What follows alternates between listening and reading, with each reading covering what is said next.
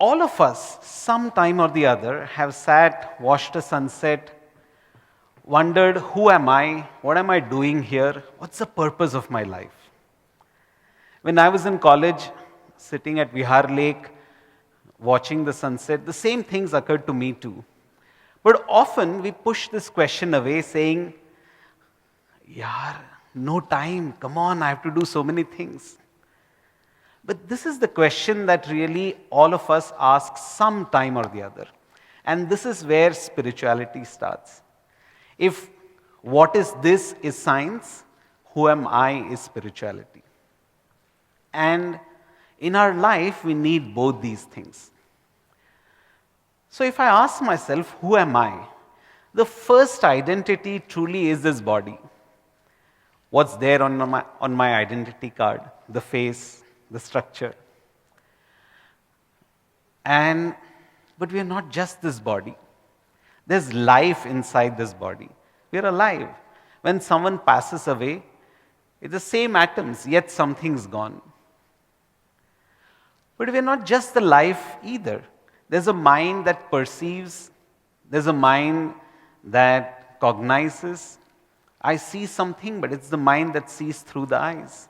I hear something, it's the mind that hears through the ears. The mind is the third level of what we are, of our existence. All that we perceive, something inside us goes, yes, this is right, this is wrong, good, bad, okay, not okay. When the lights were off, suddenly some thought came, oh, this is not okay, we should have more lights. So there's an intellect that keeps deciding, says yes, no. That's the basis of all our decisions. All that we decide goes into the memory. That's the fifth layer of our existence. We remember some things, we don't remember some things. Some things to remember, some things to forget. And if we look at it, all our memories create our identity. Who am I? Well, I went to IIT, I did a master's in chemical engineering, I joined Art of Living, I did this. All of this defines who I am, what I am. But there's something in us that's common. You see a dog on the street that's hurt, something happens to you. And that innate connection that we have with everything in this whole universe, that is the seventh layer of our existence.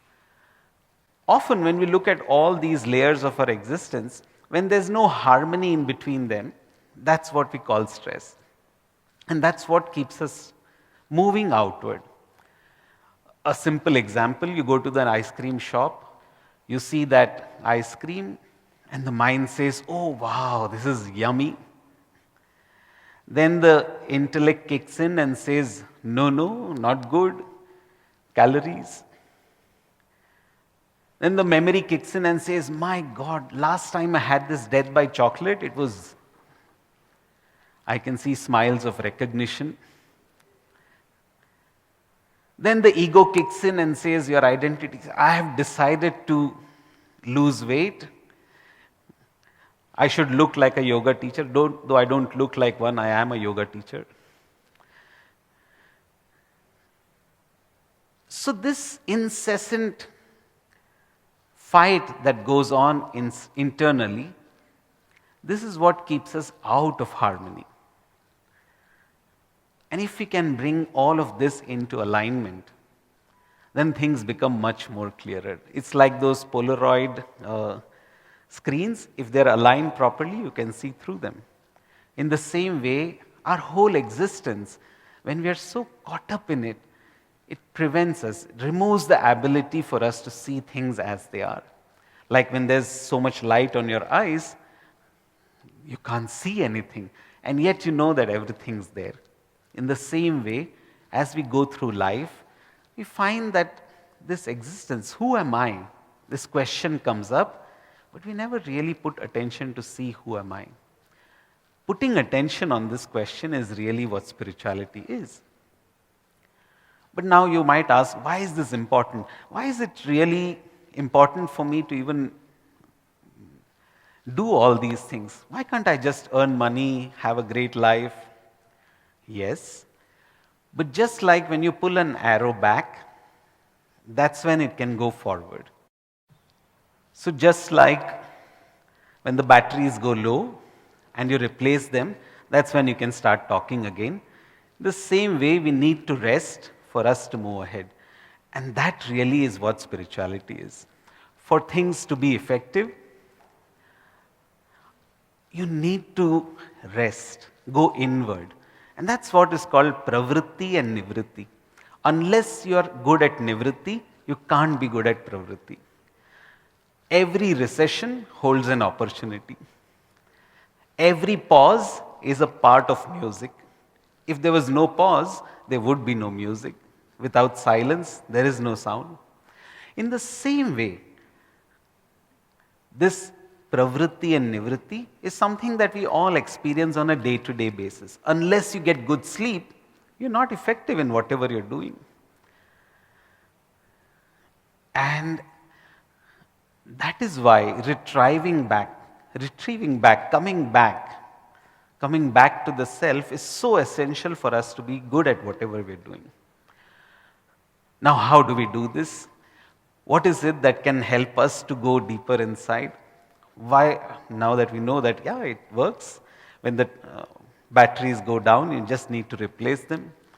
In the same way, small tools, small techniques can help us to do this.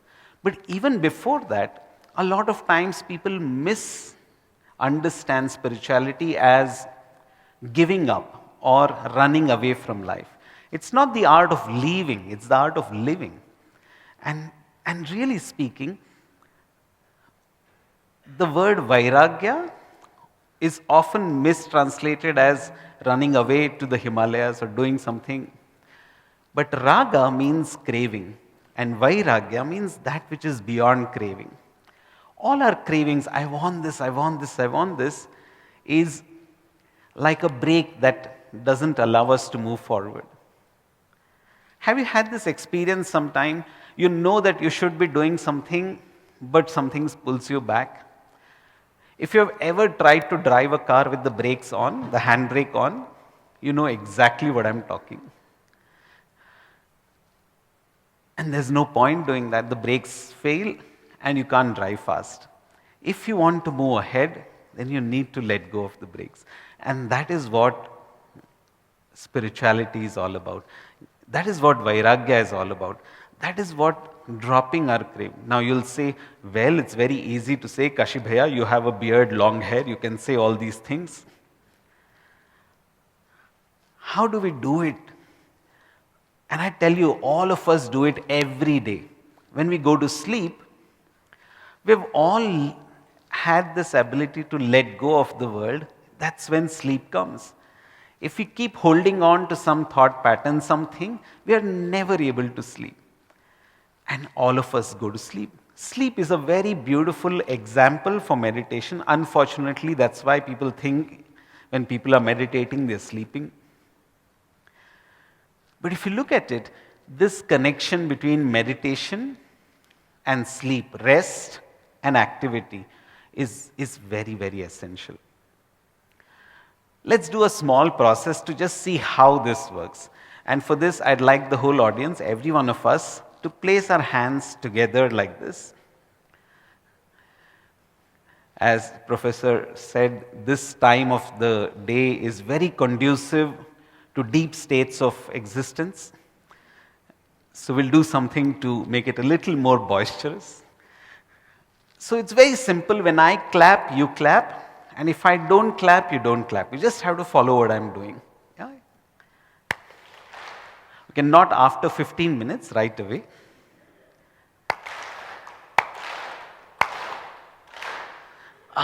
You knew that was coming. Let's do a second round.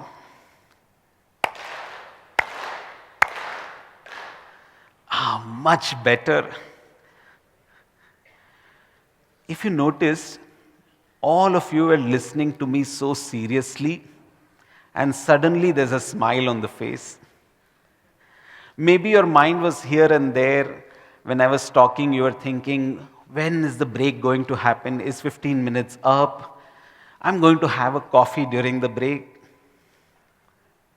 But when we were doing this, for that little while, all other things went away and mind was here right now.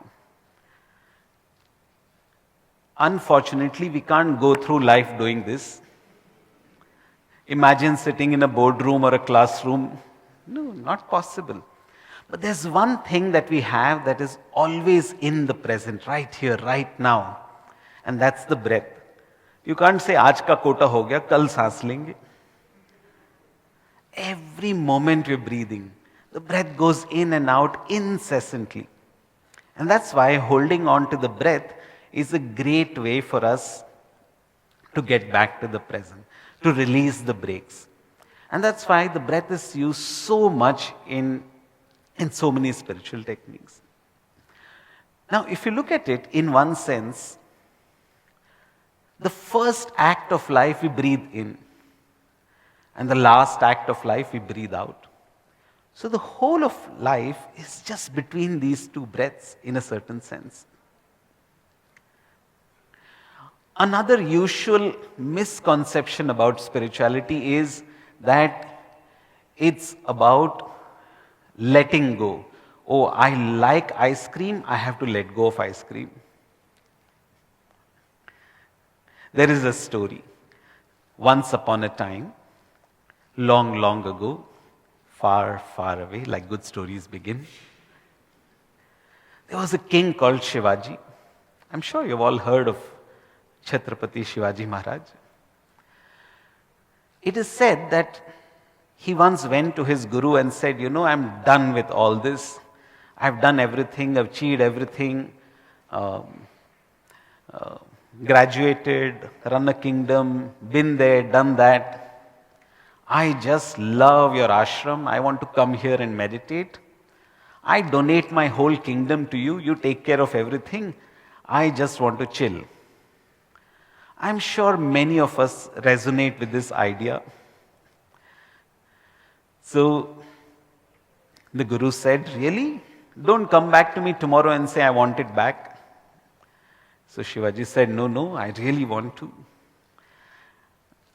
And so next day he said, come tomorrow, I'll tell you what to do. What is your seva? What is your activity? Next day when Shivaji went to his guru, he said, go sit on the throne, rule the kingdom. And Shivaji said, but that's what I want to give up. He said, yeah, the throne is mine, you are mine, sit there and do my work. It is said, on that day something shifted for Shivaji. And that's when he did all that he was doing for his guru. He didn't stop ruling the kingdom. He didn't stop maintaining the treasury. He did everything that he was doing. At the same time, the burden of all of that doing was off his head. And that's what brought him real success, the story goes. In our life, we tend to compartmentalize. We say, hey, this is material, this is spiritual. But truly, that's not the fact. You are spiritual. There is no way that you're not the spirit. If you are not the spirit, if there was no consciousness in you, you'd be a lump of wood. Even a lump of wood has some life in it. In that sense, this attitude of trying to compartmentalize, say, oh, when I'm doing something, I'm spiritual. When I'm doing this, I'm not spiritual. This is the biggest misconception that we have. And the ability to go back to oneself is something each one of us has. The ability, how do we make that more effective? Use the breath, use some tools. Learn something. We learn physics, chemistry, maths, but no one ever teaches us, how do I know myself? We all stumble through life trying to find out. And that's why today, I still remember when I started on this path of spirituality, everyone looked at me and said, you're crazy. But today, in boardrooms across the world, in talks across universities, I see more and more people recognizing the value of getting back to the self. The value of these techniques that can lead us back to who and what we are. This sense of self-awareness is something that each and every one of us needs in our life. Maybe 30, 40 years back, you could actually walk out of your house and no one would be able to contact you. But today your mobile phone goes along with you and there's no escape. The amount of information overload on our minds has exploded so much. Internet, television, so much of information gets onto our head, and that's why an effective way of relaxing is so essential. Have you had this experience? It's morning, you're in your bed, you're tossing and turning, the body has finished its quota of rest, and the mind says, 5 more minutes. That's why the snooze button. Our body has finished its quota of rest. It's restless, wants to get up. But the mind needs more rest. And today, that is why all these tools and techniques are so essential.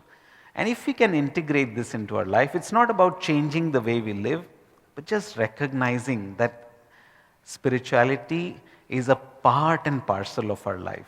There's no way you can go away from yourself. And then if you can use the right tools to make it more effective. If I ask someone, can you lift the car? You'll say, no way.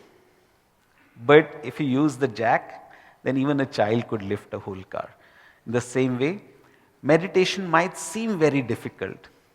These tools might seem, oh, not for me.